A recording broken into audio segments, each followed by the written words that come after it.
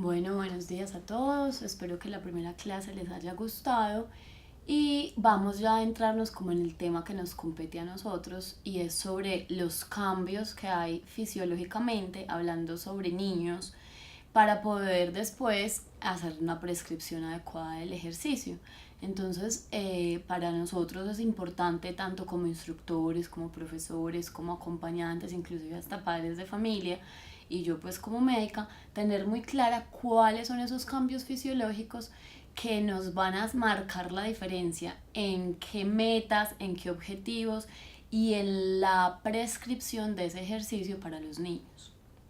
¿Cuáles son entonces los objetivos? Digamos que esos objetivos son compartidos entre esta clase y la próxima que vamos a ver, porque en esta nos vamos a centrar solo en los cambios fisiológicos, entender qué hace diferente a un niño de un adulto en cuanto a la frecuencia cardíaca, el aparato cardiovascular, el crecimiento, peso, talla y demás, para luego en la otra clase que sigue poder hacer la prescripción adecuada del ejercicio, revisar las guías y revisar la evidencia.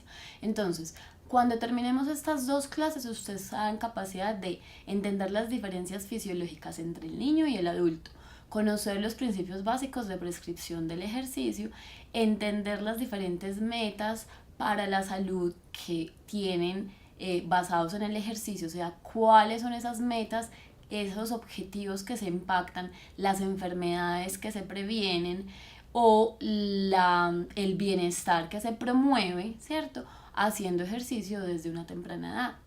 Y obviamente, como nosotros sabemos, hay que revisar siempre los datos de medicina basada en la evidencia.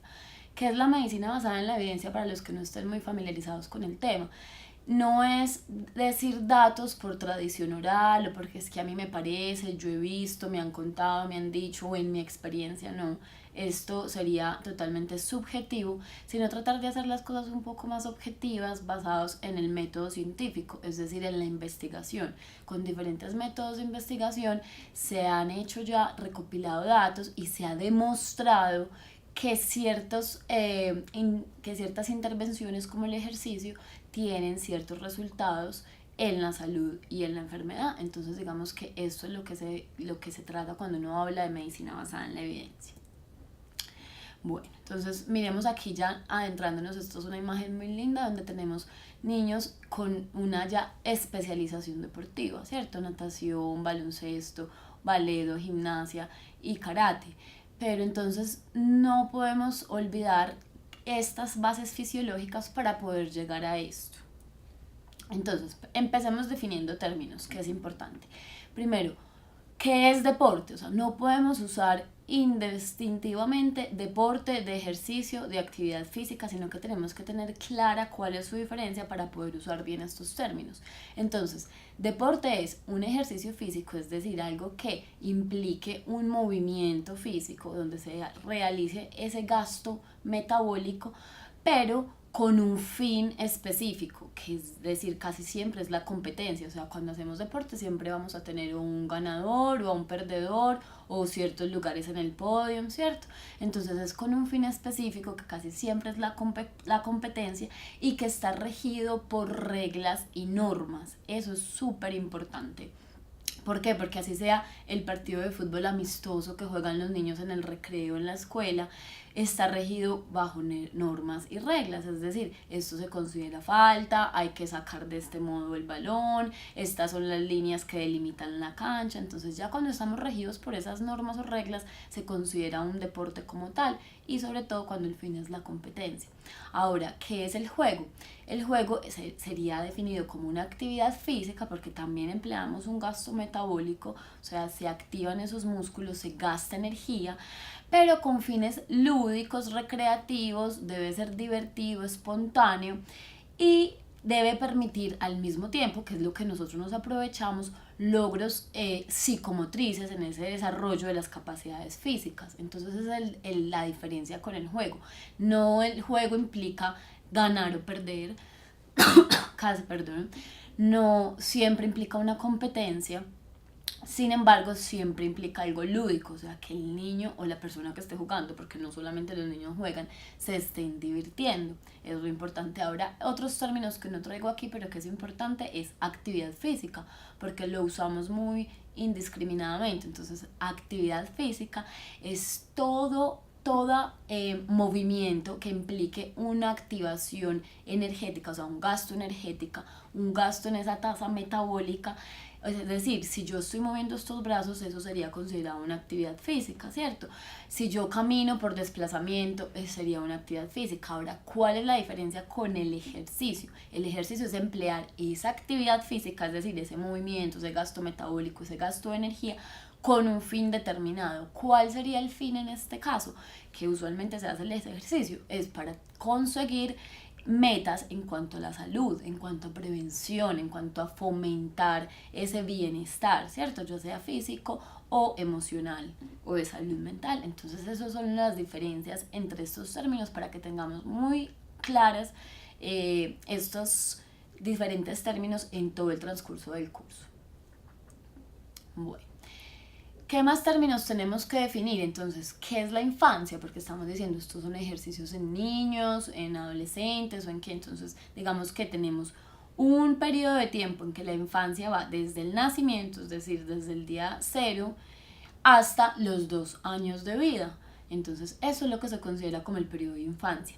Luego viene el periodo de la niñez, que va desde los 2 años de vida hasta el inicio de la pubertad. Miremos que aquí ya no lo definimos tan cronológicamente, pues porque el inicio de la pubertad puede ser muy diferente en los niños. O sea, hay personas que empiezan antes o después ese inicio de la pubertad y se caracteriza cuando es el inicio de la pubertad, cuando aparecen las características sexuales secundarias, es decir, el vello púbico, el vello en las axilas, y empiezan a haber unos diferentes cambios en cuanto a las mamas o en los órganos genitales de los niños y de las niñas que nos marcan ese inicio de la pubertad, pero entonces no se define con una edad cronológica, es decir, no podemos decir 12 a los 14, a los 15, no, depende de cuándo aparezcan esas características. Ahora bien, esa edad de la niñez se debe dividir en 2 etapas. Entonces, ¿cuáles son las etapas? Una es la preescolar, es decir, digamos, cuando el niño no ha ingresado a esa vida escolar, usualmente en nuestra sociedad va desde los 2 años hasta los 5, más o menos, que empiezan a ingresar. Y en esa etapa escolar, que ya es el niño cumple un rol en esa escuela, empieza a adquirir algunos deberes, empieza a vivir como esa parte de la sociedad con sus pares, con sus profesores como autoridad. Entonces ya se considera la etapa escolar.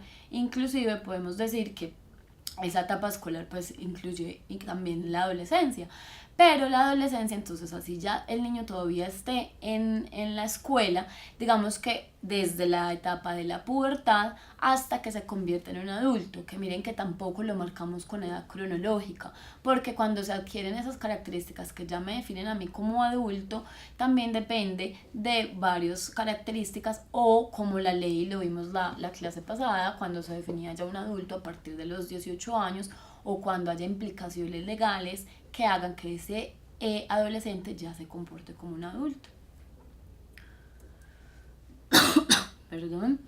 Bueno, entonces, ¿cuáles son los objetivos que vamos a buscar nosotros con todo esto? Con el deporte, con la iniciación deportiva de estas escuelas, con nosotros como instructores, médicos, padres de familia. Lo que queremos buscar en toda la niñez es crear los estímulos, y esto lo estoy hablando desde la parte física, motriz, psicológica, mental, ¿cierto? O sea, desde todas las esferas, como vimos en la clase pasada, que debe haber una integralidad. Entonces es buscar esos estímulos para fomentar un adecuado crecimiento y desarrollo. Es decir, si yo no estimulo a ese niño, si el niño no recibe de la sociedad, de su entorno, de su medio ambiente, como vimos la parte de epigenética la clase pasada, no recibe los estímulos adecuados, digamos que esa parte de crecimiento y desarrollo también se va a ver afectada. Entonces es sumamente importante los estímulos que los niños van a recibir en esta etapa. ¿Qué debemos respetar sobre todas las cosas? Entonces debemos respetar esa evolución normal y la maduración de los tejidos, porque como vimos, los niños son personas, recordemos que son personas en constante crecimiento y desarrollo. Entonces obviamente ese crecimiento y desarrollo va a presentar unas etapas que todos los seres lo vamos a vivir, todos, ninguno se puede saltar una etapa a la otra, ¿cierto? Porque son cambios fisiológicos. Entonces nosotros, para poder mirar qué ejercicio vamos a hacer, cómo vamos a iniciar la práctica deportiva en estos niños, tenemos que tener muy claro cuáles son esas etapas y no podemos saltarnos ni intentar acelerar, ni mucho menos, todos estos cambios fisiológicos que se van a dar normalmente. Entonces, ¿qué esferas componen ese desarrollo en el niño? Acabamos de decir que es muy importante la parte de la integralidad y aquí, aunque nos estemos entrando en las escuelas de iniciación deportiva, en la actividad física, en el ejercicio como tal, no podemos dejar de lado que el niño es una persona integral y que está rodeada de muchos ámbitos. Entonces, ¿cuáles son los aspectos importantes que van a impactar en ese desarrollo del niño? Entonces tenemos la nutrición. O sea, no podemos pretender que un niño que no esté bien nutrido vaya a alcanzar sus máximas capacidades, vaya a alcanzar un adecuado desarrollo o un crecimiento adecuado si no tengo los nutrientes que son la base para formar esos tejidos, es la base para sacar la energía necesaria para poder hacer ese ejercicio, esa actividad física. Entonces la nutrición se convierte en un ámbito sumamente importante. La salud, pues ni qué decir de la salud, o sea, si un niño no cuenta con un estado adecuado de salud, está pasando por un proceso de enfermedad, sea aguda como una diarrea, una intoxicación, una enfermedad respiratoria, o sea crónica, ¿cierto? Pues no podemos pretender que vaya a ser capaz de llegar a su máximo o que vaya a desarrollar sus capacidades adecuadamente. Entonces, primero tenemos que garantizar todo esto, vamos en nutrición y en salud. ¿Qué más es importante? El afecto. Miremos que siempre hemos hablado sobre la integralidad, la parte de la salud emocional y obviamente estos entornos pues promueven que haya una situación de afecto, aunque también pueden promoverse situaciones de presión, sobre todo por parte de los padres, y esto es muy común y me imagino que en el módulo de psicología lo van a tratar más a fondo, pero en estas partes de iniciación deportiva, de los aspectos pues que trae como el deporte como tal, tenemos que tener mucho cuidado con la presión que juegan no solo en los padres, en los colegios, con sus compañeros, que se cree que el niño va a ser la próxima estrella de fútbol o que va a ser alguien muy sobresaliente en el deporte e inclusive pueden tener parte económica, o sea, una ganancia secundaria para que ese niño tenga esa presión. Entonces esa presión tenemos que tener mucho cuidado con eso y nosotros como instructores estar pendientes para promover prácticas sanas, es decir, que prime el afecto, que prime la felicidad de ese niño. Recordemos que son personas deseantes y que el niño hay que escucharlo, qué es lo que quiere, qué es lo que no quiere y siempre, siempre, siempre tener muy presente esa parte del afecto. El ambiente, ya lo vimos muy claramente en la clase pasada, cómo ese ambiente juega un papel sumamente importante, donde yo me desarrollo, o sea, si nací en el Polo Norte, o si nací en Colombia, o si nací en Europa, obviamente va a jugar un papel muy importante, estando aquí mismo en Colombia, si nací en un área rural, si nací en un área urbana, qué oportunidades tengo, cuál es el nivel socioeconómico de mi familia, cuál es el nivel cultural de mis padres, cuál es el clima en el que habito, o sea, todos esos aspectos juegan un papel importantísimo. La parte hormonal, lo vamos a ver más adelante, cómo esas hormonas juegan un papel sumamente primordial en ese desarrollo, pues van a tener que ver con unos picos de crecimiento, con ese desarrollo de la masa muscular, el desarrollo de la masa ósea y también una parte importantísima en la composición corporal, es decir, cuánta cantidad de grasa tengo, cuánta cantidad de músculo e inclusive en la diferenciación de sexo, o sea, de hombre o de mujer, esa parte hormonal pues sabemos que es primordial. La actividad física, pues que esto lo vamos a tratar mucho más a fondo. Entonces miremos cómo esto es una mirada integradora desde diferentes ámbitos y no nos podemos quedar solamente en la actividad física, que de hecho se las puse de última, ¿cierto? Porque miremos que muchas cosas tienen que jugar antes un papel importante. Entonces, ya centrándonos más en el tema de la clase, ¿cuáles van a ser esas diferencias fisiológicas grandes, a grandes rasgos que vamos a tratar hoy en cuanto al niño y el adulto. Entonces, el metabolismo, evidentemente el metabolismo de los niños es muy diferente al de los adultos. Las vías energéticas que se usan durante el ejercicio son totalmente, o sea, digamos que son las mismas vías energéticas, pero la proporción en la que se usan son totalmente diferentes con los adultos. El comportamiento del sistema cardiopulmonar, ¿cierto? Y el consumo de oxígeno relativo absoluto. Entonces, volvamos a recordar la frase que les repetí y les repetí durante toda la clase pasada, y es que los niños no son adultos en miniatura. No podemos pensar ni creer que son adultos pequeñitos, y mucho menos en la parte fisiológica, porque ya les voy a demostrar que desde la biología, desde esa fisiología, tiene unos cambios primordiales. Bueno, dos definiciones grandes que tenemos que tener en cuenta para la clase en que vamos a tratar. Una es el anabolismo y otra es el catabolismo. Aquí por eso les pongo dos imágenes de un muro, ¿cierto? En donde el anabolismo vemos cómo se está construyendo ese muro. Entonces, ¿qué quiere decir? El anabolismo es un conjunto de procesos metabólicos en la cual se produce una síntesis de moléculas, es decir, de moléculas más pequeñitas, ¿cierto? Como son los nutrientes, los aminoácidos, en fin, se construyen ciertos muros, que digamos que las más grandes serían las proteínas. Pues nuestro cuerpo entero está formado de proteínas. Recuerden que les decía, las proteínas no solo están en el músculo, sino que las proteínas conforman toda esa parte estructural, es decir, una enzima es una proteína, una hormona es una proteína, nuestro pelo tiene proteína, nuestra piel tiene proteínas, o sea, toda la parte estructural del cuerpo humano está hecho de proteínas. Entonces, digamos que a partir de aminoácidos, que son moléculas más pequeñas, yo voy a construir esas proteínas.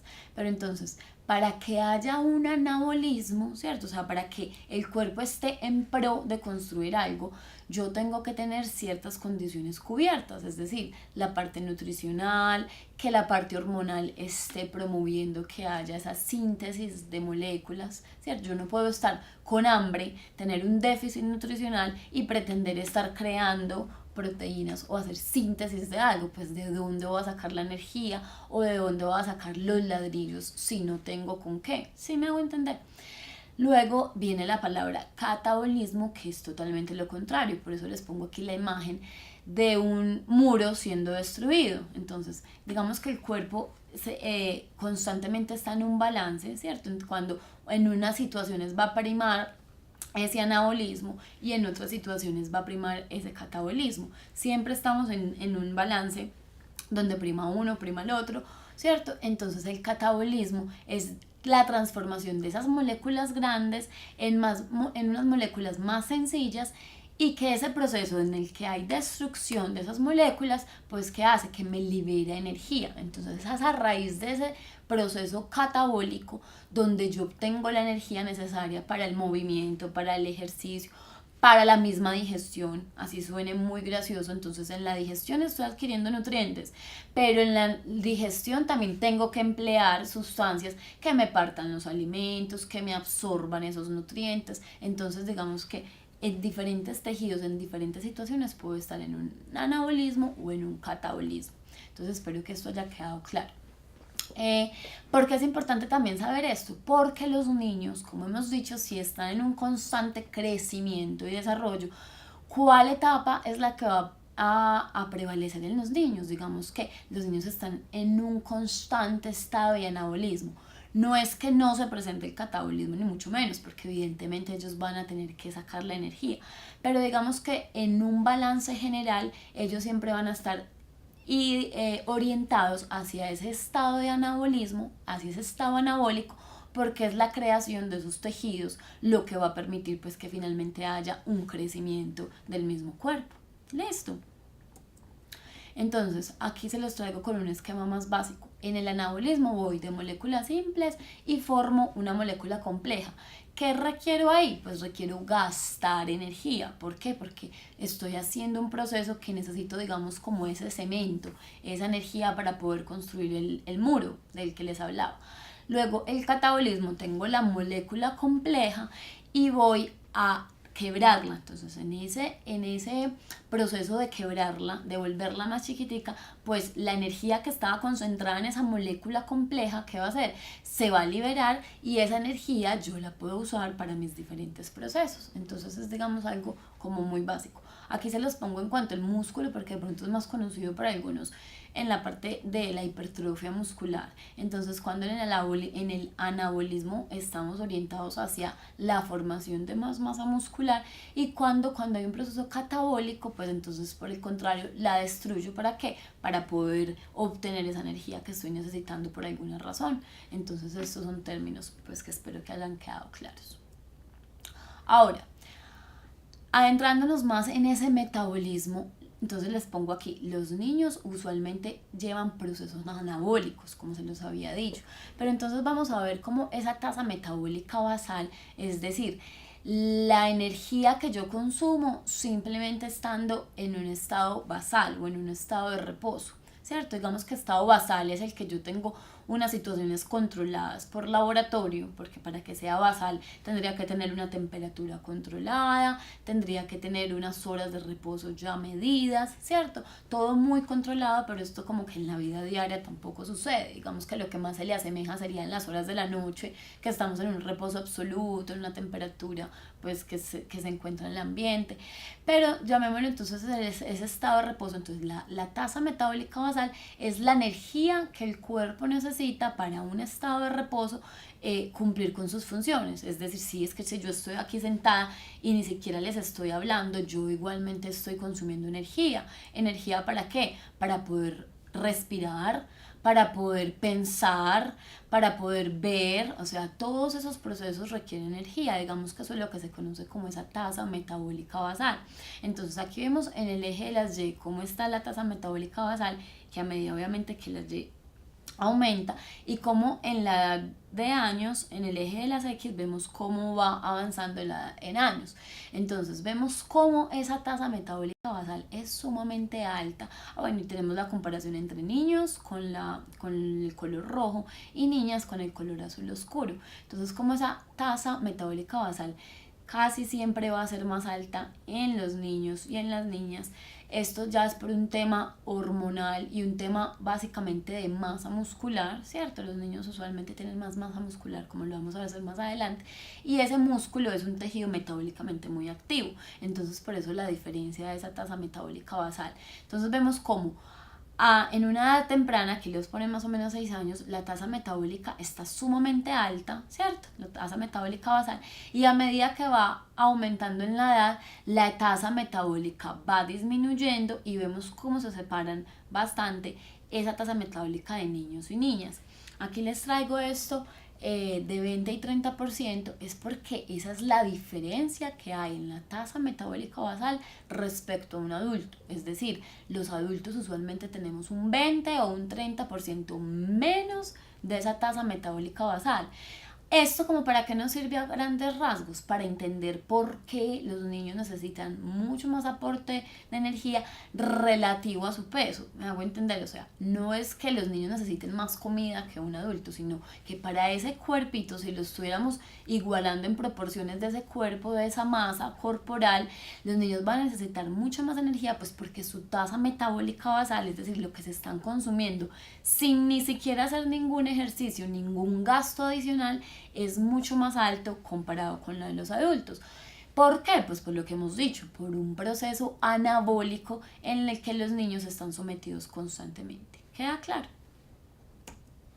Entonces, esas vías metabólicas, es decir, ¿qué quiere decir vías metabólicas? Son los caminos que yo utilizo en cuanto a cómo voy a obtener esa energía, ¿cierto? Digamos que esto se los quiero explicar muy a grandes rasgos, pues porque si nos vamos a entrar en vías metabólicas tendríamos que hacer un curso entero de bioquímica y no es pues el objetivo del curso, ¿cierto? Entonces las vías metabólicas son como esos caminos diferentes que yo puedo tomar para obtener las diferentes tipos de energía. Entonces yo puedo tener un metabolismo anaeróbico láctico, un metabolismo anaeróbico láctico y otro metabolismo aeróbico. Digamos que son las tres principales vías metabólicas.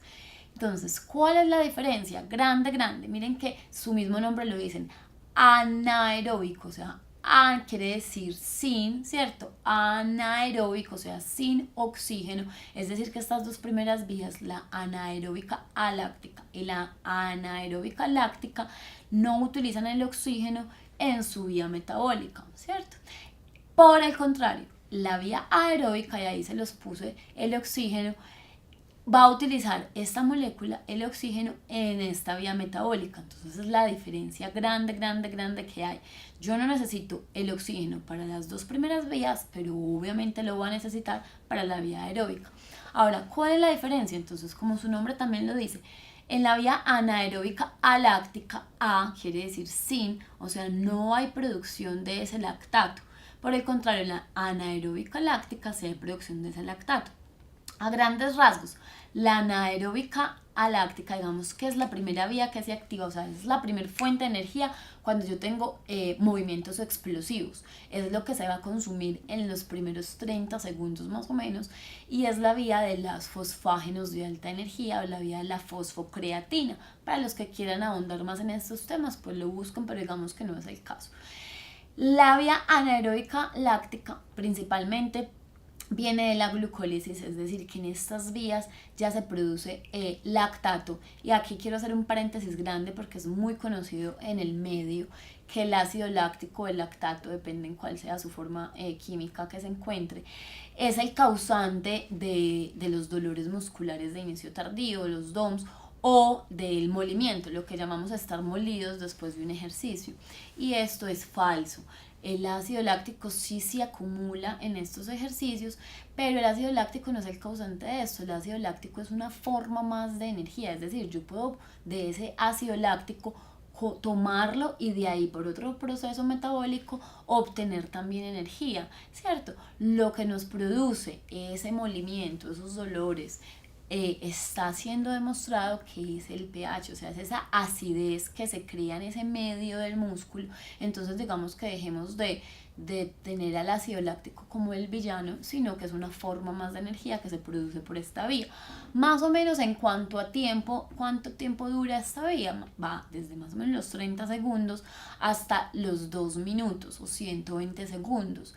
Ahora bien, no quiero que se queden en la cabeza con que en los primeros 30 segundos solo se obtiene energía de una, luego se acaban los 30 segundos y hasta los 2 minutos de la otra, y a partir de los 2 o 3 minutos empieza a ver e intervenir la parte aeróbica.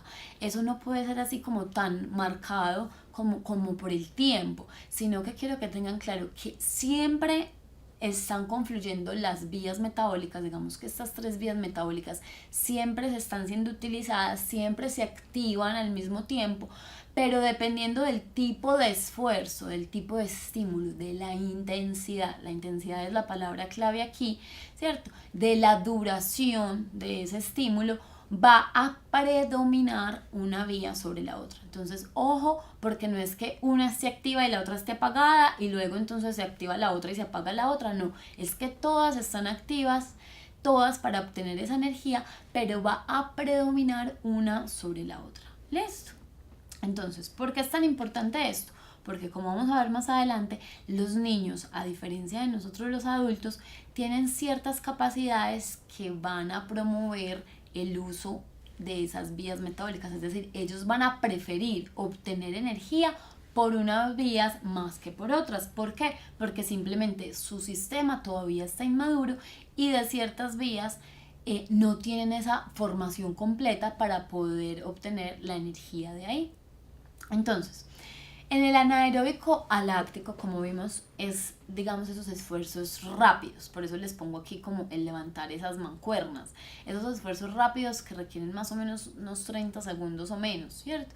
Y va a ser la vía de los fosfágenos de alta energía, que va de la fosfocreatina, se transforma en creatina y con una molécula de ATP también se transforma en ADP. Entonces ese gasto de energía por la enzima conocida como la creatinquinasa va a hacer que esos fosfágenos de alta energía nos suplan ese ATP en los primeros segundos. ¿Listo? Entonces, aquí les pongo un igual gigante y es porque en los diferentes estudios que se han hecho, recordemos que estos son datos basados en medicina basada en la evidencia, y como han visto abajo de todas las diapositivas está la bibliografía por si la quieren buscar. Igual en el curso, en la plataforma, se les va a adjuntar la bibliografía necesaria, alguna está en inglés, pero no pasa nada, ustedes lo pueden leer perfectamente o lo traducen como quieran, pero entonces todo viene de fuentes científicas, medicina basada en la evidencia. Entonces se ha demostrado que esta vía, que es de los primeros segundos, que es la conocida como anaeróbica aláctica, es igual en los niños que en los adultos, o sea, no hay ninguna diferencia. ¿Listo? Ahora, vamos para el metabolismo anaeróbico láctico. Y aquí mire que siempre les he puesto las imágenes en cuanto a un niño parecido a un adulto, como para que recuerden eso, no somos ni 5 de parecidos, no nos parecemos en lo absoluto, ¿cierto? No son adultos en miniatura. Entonces aquí les pongo una flecha gigante hacia abajo. ¿Por qué hacia abajo? Porque esta vía metabólica es la que está disminuida en los niños. Esta vía anaeróbica láctica es la que ellos no tienen completamente maduros. Simplemente ¿por qué? Porque hay ciertas enzimas, o sea, las enzimas son como esos transformadores, ¿cierto? Unas moléculas transformadoras que promueven esa vía metabólica.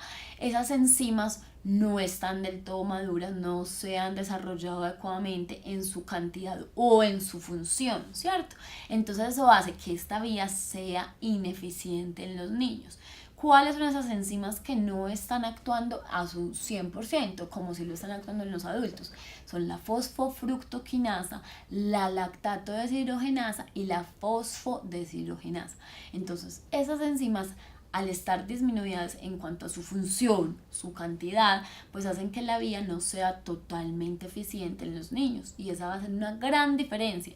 ¿Por qué? Porque vamos a tener que los ejercicios en los que normalmente se acumula lactato o ácido láctico en los adultos, pues se demostró por ciertas biopsias que se tomaron en los músculos de niños, ¿cierto?, que no se acumulaba en igual cantidad que en los adultos. Entonces, ¿qué quiere decir?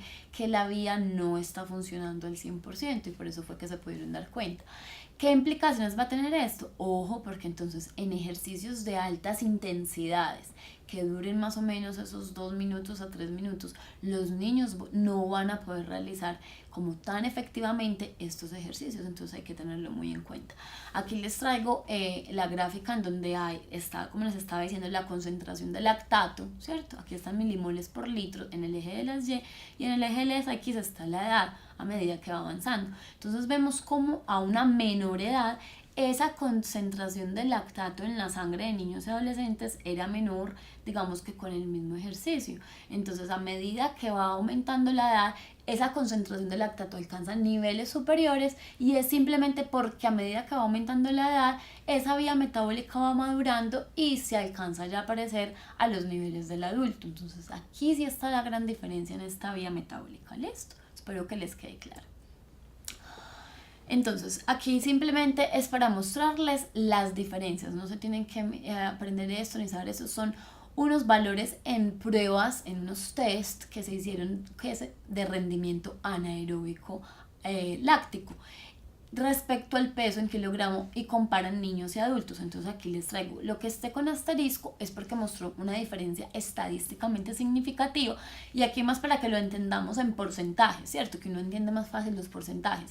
Es decir, en todas estas pruebas, que son el pico en corta duración, moderada duración y larga duración, pero que todos utilizaban esa vía metabólica anaeróbica láctica, vemos cómo hay diferencias grandes en cuanto a adultos y niños. Miren que están acá marcadas desde el 65, 62, 68 y 79% de diferencias. Entonces no podemos comparar, sabiendo que en todos los rangos, en todas las pruebas, las diferencias fue mucho más de la mitad. Entonces miren en la diferencia tan grande que hace que esta vía metabólica no esté desarrollada del todo. Listo. Aquí también les traigo una gráfica en donde más o menos lo que quieren decir es que ese metabolismo anaeróbico láctico se empieza a igualar al de los adultos en la etapa de la pubertad. Entonces, ¿por qué va a ser importante esto? Porque digamos que cuando inicia la pubertad, y recordemos cuando inicia la pubertad, con la aparición de las características sexuales secundarias. Entonces, una vez inicia esa pubertad, coincide con que la vía metabólica ha madurado. Entonces miren aquí como la potencia, que es la que estamos viendo en el eje de las Y en una prueba, donde se mide esa potencia, a medida que va aumentando la edad, pues va aumentando también. Y esto coincide con el pico de la pubertad. Entonces se dice que esa vía alcanza a madurarse con el inicio de la pubertad y empieza a obtener valores más cercanos al de los adultos. Listo. Ahora vamos para el metabolismo aeróbico. El metabolismo aeróbico, recuerden que es el que usa el oxígeno. Entonces, aquí quiero hacer una gran aclaración, porque también es conocido en el medio que se dividan los deportes o el tipo de ejercicio en anaeróbico o enaeróbico, por eso mismo, por el tipo de ejercicio. Entonces, cuando uno le pregunta a las personas, dígame ejemplos de un ejercicio aeróbico, ¿qué contestan? Hacer aeróbicos en el gimnasio, correr, trotar, nadar, montar en bicicleta, ¿cierto? O sea, siempre se tienen estos deportes como aeróbicos. Y cuando usted le pregunta a alguien, dígame un ejercicio de tipo anaeróbico, entonces, ¿qué le dicen a uno? Inmediatamente es levantar pesas o las máquinas en el gimnasio o un salto o una carrera de 100 metros en atletismo, ¿cierto? Pero entonces, miren que no es el tipo de deporte, no es el tipo de ejercicio lo que me va a determinar si me voy para el metabolismo anaeróbico o aeróbico. Es si uso o no el oxígeno. ¿Y de qué depende si uso o no el oxígeno? De la intensidad del ejercicio. Y voy a volver a repetir. Intensidad. Es decir, yo puedo estar nadando, pero si lo estoy haciendo a una intensidad moderada o leve, puede que estoy consumiendo oxígeno y que mi metabolismo sea aeróbico. Pero si yo estoy nadando y lo estoy haciendo a una intensidad máxima, en ese momento la vía que va a predominar no es la vía aeróbica, porque el oxígeno no está siendo utilizado adecuadamente. Estoy en un déficit de oxígeno y por ende la vía que va a predominar es la anaeróbica, ¿vale? Entonces miren cómo el ejercicio como nadar puede tener los diferentes rangos. Igualmente un ejercicio como levantamiento de pesas, o sea, si yo tengo unas mancuernas pequeñitas y hago muchas más repeticiones, probablemente estoy haciendo eso en un metabolismo aeróbico. Así yo tengo que hacer una fuerza máxima, ¿cierto? Un levantamiento de peso al máximo que yo puedo hacerlo, y evidentemente ahí sí voy a tener un metabolismo anaeróbico. Entonces miren que la diferencia está en la intensidad del ejercicio, en la intensidad que yo le ponga a ese tipo de ejercicio o deporte, y no en la clase de deporte como tal. Listo, espero que esto les quede muy claro. Entonces, ya habiendo aclarado esto, el metabolismo aeróbico, digamos que aquí los niños nos tienen una ventaja, porque los niños son predominantemente aeróbicos. ¿Por qué? Porque abundan más el tipo de fibras musculares tipo 1. Y para los que no saben o no tienen esto claro, las fibras tipo 1 son las fibras consideradas aeróbicas, que utilizan ese oxígeno, o sea, las fibras resistentes en el tiempo, ¿vale? Y los niños tienen, digamos que por proporción a su peso de esa masa muscular, una predominancia de estas fibras tipo 1. Por la actividad enzimática, ya dijimos que las enzimas que comprometen esa vía, sobre todo la anaeróbica láctica, están disminuidas en su función, en su cantidad. Entonces, evidentemente, esas enzimas van a prevalecer el metabolismo aeróbico, que sí está bien desarrollado. Las mitocondrias son las organelas de la célula en donde se produce la energía, digámoslo así, donde se hace, no se produce, pero donde se hace esa cadena respiratoria, donde se obtiene el oxígeno para que sea utilizado en esa cadena respiratoria, ¿cierto? Entonces, como ya dijimos que habían más fibras tipo 1, evidentemente van a tener muchas más mitocondrias que los otros tipos de fibra. Entonces, ese número, esa densidad de mitocondrias mayor, proporcional a esa masa muscular, lo va a hacer también que favorezca el metabolismo aeróbico. La oxidación de los lípidos. Otra vez, ¿qué quiere decir oxidarse? Miren que para que les quede claro, cuando uno dice que algo se oxidó, que un metal se oxidó, es porque estuvo en presencia del oxígeno. Es decir, lo que hace ese óxido, ese proceso de oxidación es el oxígeno, ¿listo? Si estuviéramos en un ambiente sin oxígeno, digamos que nada se pudiera oxidar. Entonces la oxidación de los lípidos, como su nombre lo dice, como sabemos, la beta oxidación requiere oxígeno. Y si estamos diciendo que ellos tienen un metabolismo aeróbico, entonces evidentemente esa oxidación de los lípidos va a ser su principal combustible. ¿Listo? Y el flujo muscular también está, digamos que, favorecido para hacer toda esta vía aeróbica. Bueno, aquí tenemos una gráfica donde nos habla de consumo de oxígeno. Nos habla aquí de consumo en la izquierda, consumo de oxígeno absoluto, que es litros por minuto, y el consumo de oxígeno relativo, que relativo quiere decir que ya lo pongo relativo al peso, entonces ya aparece mililitro kilo minuto, ¿cierto? Tengo en cuenta la masa, el peso de esa persona para poder dar el resultado en el consumo de oxígeno. ¿Qué es el consumo de oxígeno para que lo tengan grande? Entonces el consumo de oxígeno, no sé si ya muchos lo hayan escuchado, es como una medida de esa capacidad cardiorrespiratoria, usualmente se le da así, cardiorrespiratoria, pero es cardiocirculatoria, o sea, tiene que ser un proceso muy grande. ¿Qué quiere decir? Es desde que yo tomo ese oxígeno del ambiente, entonces cómo está mi nariz, cómo está mi vía aérea, ¿cierto? Si tengo un problema, no sé, de rinitis, asma, una alergia, que no me esté dejando tomar ese oxígeno, inmediatamente eso me va a afectar el consumo de oxígeno. Entonces es como yo capto ese oxígeno, lo transporto hasta los pulmones, hago el intercambio gaseoso, luego el corazón se encarga de llevarlo por esa circulación a cada célula, luego cómo esa célula capta el oxígeno, cómo la usa en su cadena respiratoria para la obtención de energía y cómo finalmente se va a demostrar esto en un gasto metabólico, en un esfuerzo físico que yo pueda hacer. Entonces, el consumo de oxígeno no quiere decir que es mi capacidad, que cuánto puedo correr, que entonces han escuchado que Nairo Quintana tiene un consumo de oxígeno muy alto, sino que miren la cadena tan grande que tiene que estar pasando perfecta y toda la medición que yo puedo hacer para poder dar ese dato de consumo de oxígeno. Entonces, como yo capto, lo transporto, lo utilizo y lo manifiesto en una energía, ¿cierto? Entonces, ese consumo de oxígeno, todo esto, si alguna parte de ese proceso está alterada, pues se va a alterar ese consumo de oxígeno, para que les quede como claro la idea. Listo. Entonces vemos aquí cómo cuando no se tiene en cuenta sino la parte absoluta, o sea, no estoy teniendo en cuenta la masa, cómo va aumentando ese consumo de oxígeno con la edad, ¿cierto? Y evidentemente hay una diferencia entre niños y niñas que siempre va a existir, listo, por lo que ya habíamos dicho también. En cuanto a la masa muscular, la parte hormonal, muchas cosas que nos diferencian en cuanto a los sexos. Y cuando ya tengo la parte de consumo relativo, ¿cierto?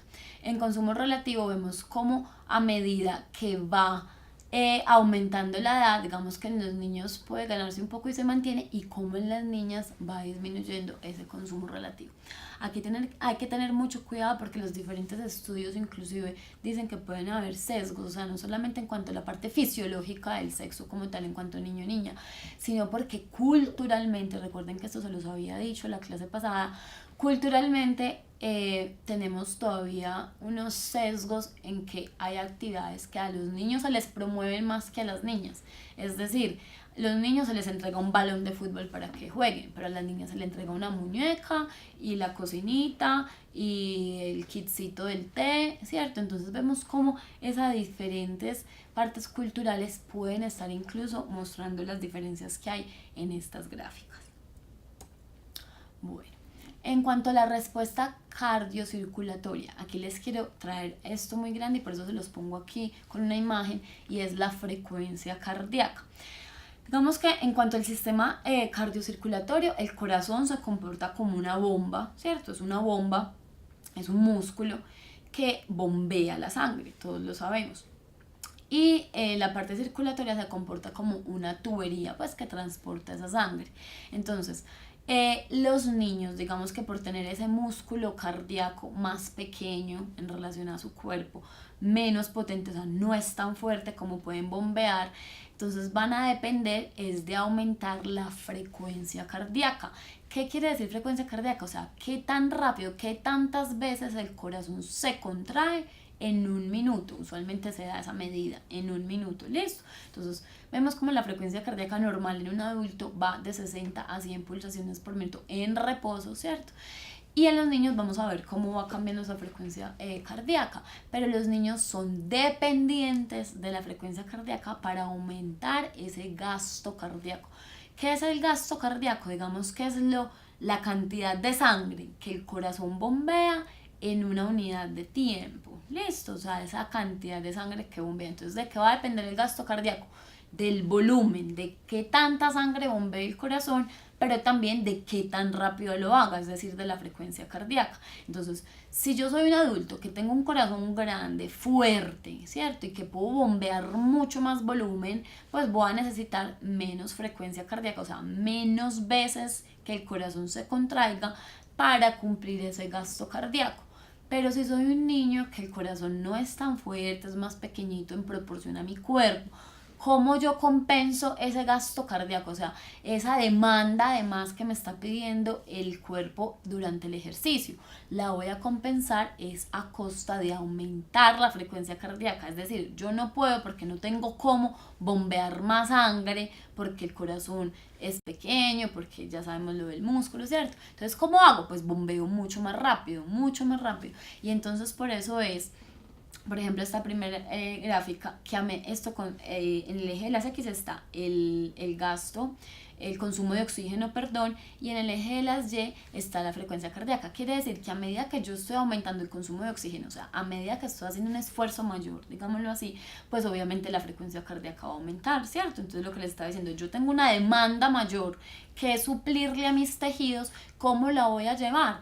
Con la frecuencia cardíaca aumentada, porque no tengo cómo hacer que bombee más sangre de ese corazón, entonces lato más rápido para poderlo llevar. Ahora, en la otra gráfica vemos cómo está ese consumo de oxígeno y cómo está el volumen sistólico, o sea, la cantidad de sangre que yo puedo inyectar. Evidentemente va a aumentar, ¿cierto? Pero aumenta más a costa de la frecuencia cardíaca. Y evidentemente en la última está ese gasto cardíaco, que es la combinación de la frecuencia cardíaca con ese volumen sistólico, y pues obviamente va a aumentar, y debe ser así, pues porque si yo estoy en ejercicio, se lo estoy midiendo por el consumo de oxígeno, que lo estoy aumentando esa demanda de oxígeno, pues el corazón y ese sistema cardiocirculatorio tiene que estar en capacidad de suplir esa demanda, o sea, de aumentar ese gasto cardíaco. ¿Listo? Aquí lo grande es entender que los niños compensan a costa de la frecuencia cardíaca. Bueno, entonces, cambios fisiológicos durante el ejercicio. Ya vamos a tener es qué ocurre cuando yo estoy sometiendo a ese cuerpo a un esfuerzo físico. Entonces, miren que aquí se los resalto otra vez, y es la frecuencia cardíaca. La frecuencia cardíaca es lo que más aumenta en los niños. Ahora, cambios fisiológicos respiratorios. Miren que aquí se los traigo, y es la frecuencia respiratoria va a cambiar respecto a la edad. Entonces, vemos como un recién nacido respira 60 veces por minuto, ¿cierto? Y, o sea, el hecho de inhalar y exhalar lo hace 60 veces por minuto, y eso es lo normal para ellos. Y como los adultos más o menos tenemos de 14 a 20 respiraciones por minuto, entonces vemos cómo es una gran diferencia. Y cómo esto ni siquiera es en el ejercicio, pero cómo en la medida que va aumentando la edad, la frecuencia respiratoria va disminuyendo. Porque básicamente también tiene que ver con la parte que les explicaba del corazón. Digamos que los pulmones se van volviendo más eficientes, la parte pulmonar, o sea, el hecho que yo pueda respirar y con eso ser suficiente para oxigenar toda mi sangre hace que no tenga que respirar tantas veces como cuando todavía no estoy lo suficientemente fuerte o eficiente para hacerlo. ¿Listo? Entonces aquí vemos cómo tengo como una gráfica compuesta, ¿cierto? Tengo la frecuencia respiratoria, es decir, cuántas veces respiro yo en un minuto. la edad en años, y el volumen tidal, para que no se enreden con volumen tidal, es como la cantidad de aire que yo muevo, que yo movilizo en una respiración normal. Es decir, si yo inhalo y exhalo normal, sin forzar esa respiración, porque es diferente que yo haga una inspiración forzada y una expiración forzada, es muy diferente, y ese ya no va a ser el volumen tidal. El volumen tidal es lo que se conoce como volumen corriente, ¿cierto? Entonces es el volumen de aire que yo movilizo normalmente en una respiración común y corriente. ¿Listo? Entonces vemos cómo aquí tenemos en lo azul la frecuencia respiratoria, cómo va disminuyendo respecto a la edad, y como ese volumen, o sea, la cantidad de aire que yo movilizo, por el contrario, va aumentando a medida que aumenta la edad, y tiene todo el sentido. Entonces miren esto, o sea, yo igual tengo que suplir las necesidades, sea porque respire más rápido o sea porque mueva, inspire más cantidad de aire, ¿cierto? Entonces, a medida que el niño se va desarrollando y que se va haciendo más eficiente ese sistema respiratorio, entonces no tengo que respirar tantas veces, puedo disminuir esa frecuencia respiratoria. ¿Por qué? Porque puedo movilizar una mayor cantidad de aire. Eso es lo que se resume esa gráfica, sencilla. Listo. Ya salgámonos un poquito, que esto está como un poco pesado en cuanto a la parte fisiológica, y miremos grande qué pasa con el peso y la talla. Aquí quiero que ustedes tengan claro por qué es importante el peso y la talla, pero tampoco es de ustedes notar ni tener las curvas ni todo esto, pero sí juegan un papel muy importante, y es que si ustedes detectan o sospechan alguna alteración en cuanto a peso, talla, que vean un niño más delgadito de lo que sus semejantes son, que no esté creciendo a un ritmo adecuado, prendan las alarmas. Ustedes no tienen por qué saber si está en un percentil 3, en un percentil 95, o sea, eso no, tampoco les corresponde a ustedes, pero sí prendan las alarmas con las profesoras en el colegio, con los padres de familia, para que se consulte al profesional adecuado en los pueblos, en los municipios, para que se consulte a ese programa de crecimiento y desarrollo del hospital. Listo, porque esto es, digamos que, muy importante notarlo. ¿Qué pasa? Que cuando ya hay alteraciones en el peso y en la talla, es porque usualmente ya ha venido ocurriendo una serie de procesos que hacen que este sea el resultado. Es decir, peso y talla bajitas o alguna alteración ya es un resultado de una serie de procesos, de lo que veíamos ahorita, nutricionales, del afecto, del desarrollo, muchas cosas que no se están dando adecuadamente, y de que ese va a ser el resultado, un peso y una talla inadecuada. Entonces, en cuanto a la talla aumenta rápidamente, digamos que es donde tiene el pico más grande en los 2 primeros años de vida. O sea, la velocidad a la que uno aumenta en talla, en la estatura, es mucho más rápida en esos 2 primeros años de vida. Y antes de la pubertad, antes de que aparezcan esos caracteres sexuales secundarios de los que hemos estado hablando, vuelve a haber un segundo pico. ¿Listo? Cuando se dice cronológicamente, pero miren que aquí le estamos dando en cuanto a o sea, a tiempo, a años cumplidos calendarios, que los niños y niñas adquieren esa talla definitiva, más o menos. En las niñas está en los 16.5 años, 16 años y medio, ¿cierto? Y en los niños más o menos a los 18. Pero aquí quiero que esto es como pues a información de cultura general, pero esto juega un papel muy importante, es en el desarrollo sexual. O sea, esa talla definitiva se puede definir cuando se alcanzó, es a medida que se cierran esos núcleos de crecimiento, que para eso antes se usaba mucho el carpograma, que es una radiografía de la mano, pero ahora más es la resonancia magnética, que nos dice con más exactitud, y tiene que ver mucho con ese influjo hormonal que va a pasar en la pubertad. Listo, entonces digamos que lo tenemos acá como a grandes rasgos con una edad cronológica, pero depende mucho más de ese desarrollo sexual sobre todo. Entonces vemos aquí cómo está el aumento de peso, y cómo ese pico grande está más o menos en la prepubertad, antes de que empiece esa pubertad, y cómo tenemos aquí la talla, cómo están esos primeros 2 años. Miren que la gráfica empieza sumamente arriba, porque es que es absurdo lo que se ganan esos 2 primeros años de vida, que miren que nunca se llega a esa velocidad como tal, ¿cierto? Esa velocidad de ganancia de talla, y cómo tenemos el pico diferente en niños y niñas. Obviamente es más temprano en las niñas por el influjo hormonal, la pubertad llega más temprano en las niñas, ¿cierto? Entonces, como ese pico en la talla adquiere antes de la pubertad, y es como el segundo pico en crecimiento, pero no iguala a la velocidad del crecimiento en la talla que se tenía en esos 2 primeros años de vida. Estas son las tablas, pues esto es para que ustedes lo conozcan, son las tablas de la OMS. Aquí tenemos más o menos es la talla en cuanto a niñas, aquí va de nacimiento a los 5 años, hay otras tablas que van de los 5 años en adelante.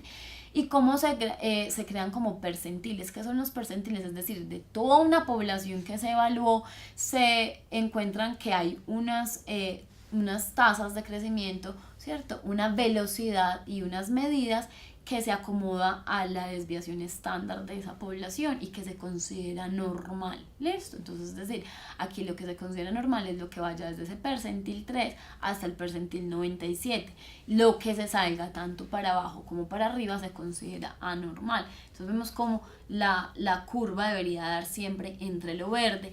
Y lo más importante que les recalcaba yo en la primera clase, recuerden que aunque esto nos brinda un parámetro para evaluar al niño frente a una población, ¿cierto? Ojalá sea en su misma población, o sea, ojalá estas tablas sean medidas en la población, digamos, colombiana o en la población latinoamericana que existen.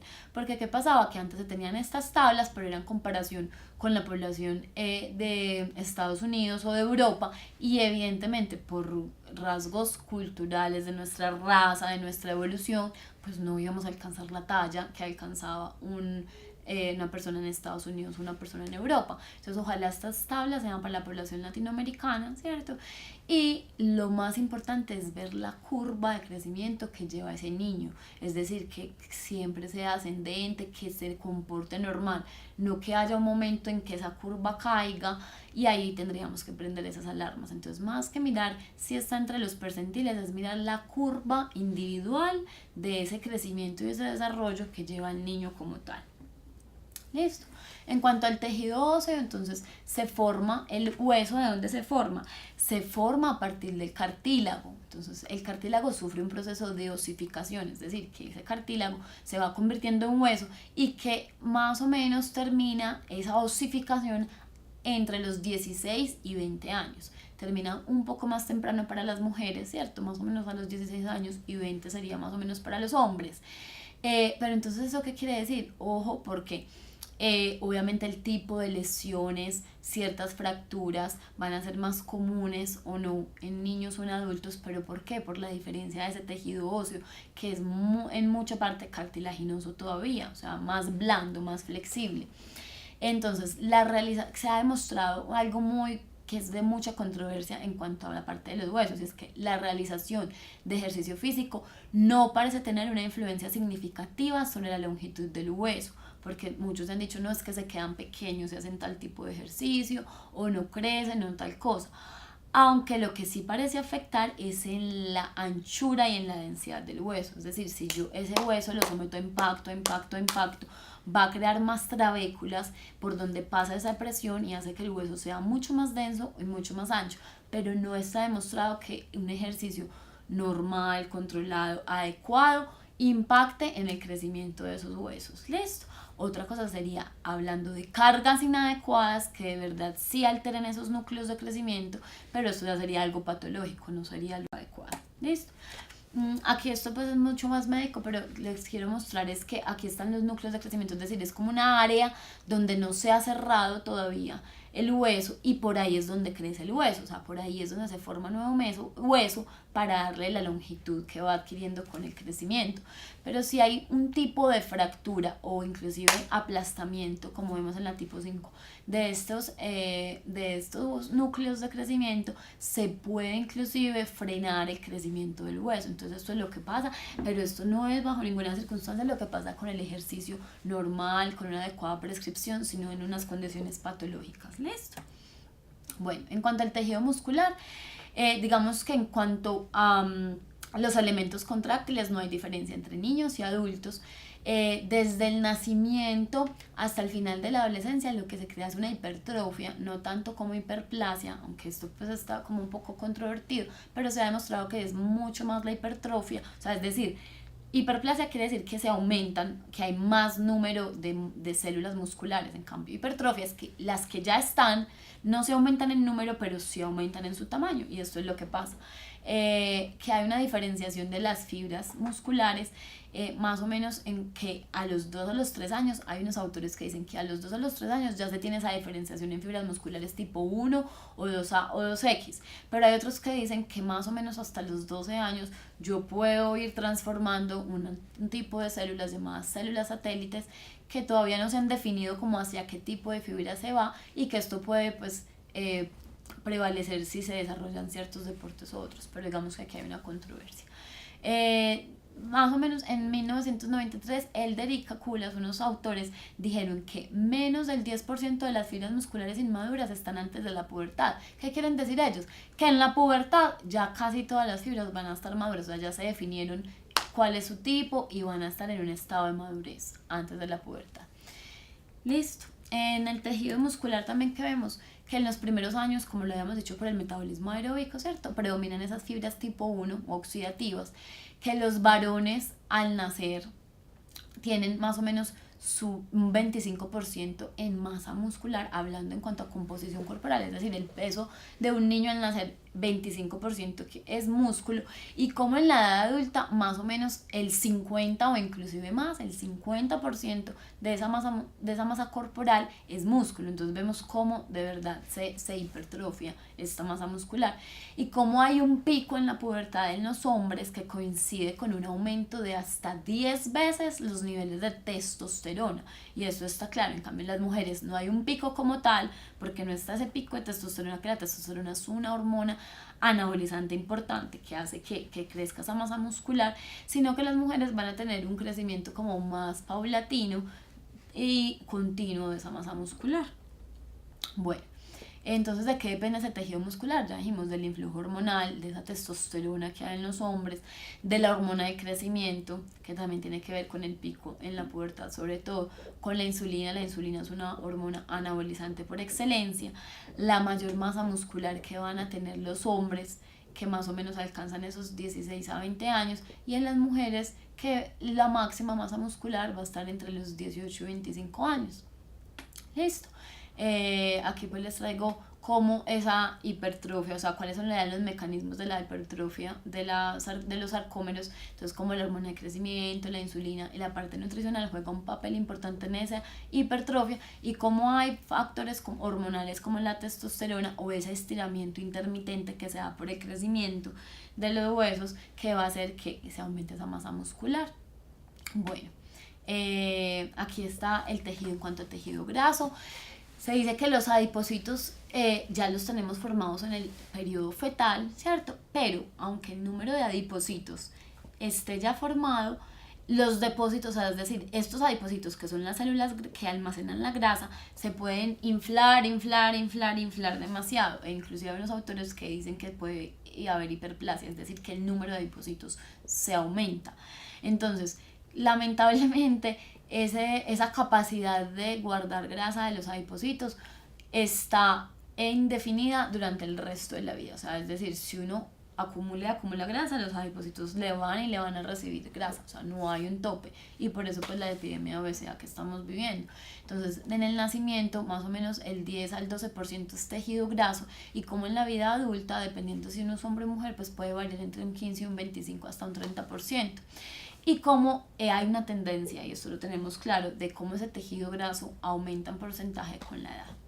En cuanto al sistema nervioso, a medida que se crece, se mejora esa coordinación motora. Entonces, eso es una explicación también porque la fuerza, por ejemplo, va aumentando. No solamente es porque aumente esa masa muscular, sino que hay esa coordinación, digamos que las conexiones que hay entre neurona y músculo, ¿cierto? Se hacen mejores, se hacen más efectivas, se crean nuevas conexiones, y esto es lo que hace que se mejore también la coordinación, la fuerza, por esa maduración del sistema nervioso. Hay un proceso importante, y es la mielinización. Aquí les traigo pues como un dibujito, y esa mielina es como una sustancia que rodea ese axón, que es la colita de la neurona que va a conducir el estímulo, ¿cierto? Y como a medida que esté esa mielina, el estímulo se va a conducir más rápidamente, más efectivamente. Ya como para que vayamos terminando, y un aspecto fisiológico clave, muy clave en cuanto a los niños, es la termorregulación. O sea, no sé si ya han escuchado, pero los niños son muy susceptibles a los cambios de clima, a las temperaturas extremas. ¿Y eso es por qué? Es porque el sistema de regulación de la temperatura en el cuerpo está inmaduro, o sea, todavía no lo tienen adecuadamente desarrollado. Entonces son susceptibles a temperaturas extremas, tanto bajas como altas temperaturas. Y evidentemente en el tema de ejercicio, de cuando estamos haciendo deporte al aire libre, en estas condiciones, pues los niños van a tener unas condiciones importantes. ¿Por qué? Porque digamos que los niños tienen más superficie de masa, de masa corporal. ¿Qué quiere decir eso? O sea, que en relación a su peso, ellos tienen mucha más piel que un adulto en relación al pequeñito cuerpo que tiene. Entonces, ¿qué va a hacer? Que y fuera de eso, las glándulas sudoríparas no están actuando, no están muy maduras, es decir, la capacidad de sudar, que es por el medio del cual disipamos el calor, no está muy desarrollado en ellos. Entonces ellos pueden ganar calor del ambiente más fácilmente, ¿cierto? O sea, ganan mucho más calor si el ambiente está muy caluroso, más que un adulto, entonces se van a sobrecalentar más fácil. Fuera de eso, no tienen un buen mecanismo de termorregulación, o sea, en su cerebro todavía no está desarrollado bien esos mecanismos que diga, uy, me estoy calentando mucho, voy a empezar a sudar o tengo que hacer mecanismos como la sed, o sea, eso no está bien regulado, entonces pueden sufrir fácilmente golpes de calor y esto es ser muy peligroso. Listo. Igualmente, cuando están en condiciones extremas al frío, por ejemplo, no regulan bien, o sea, no mantienen fácilmente ese calor y por el contrario pierden más fácil el calor por su superficie de masa corporal aumentada. Entonces, teniendo en cuenta todos estos cambios fisiológicos, ya vamos a estar listos para abordar el segundo tema, que es la prescripción del ejercicio en los niños. Y recuerden, otra nueva imagen, los niños no son adultos en miniatura y espero que les haya quedado bastante claro con todos esos cambios fisiológicos, biológicos, de vías metabólicas, de la regulación de la temperatura, del crecimiento de peso y la talla en cuanto al tejido óseo, el muscular. Miles de cambios que tenemos que tener en cuenta para después, con toda la autoridad, saber cómo vamos a prescribir ese ejercicio en los niños. Listo, eso es todo por hoy. Los espero en la próxima clase. Que tengan un feliz día.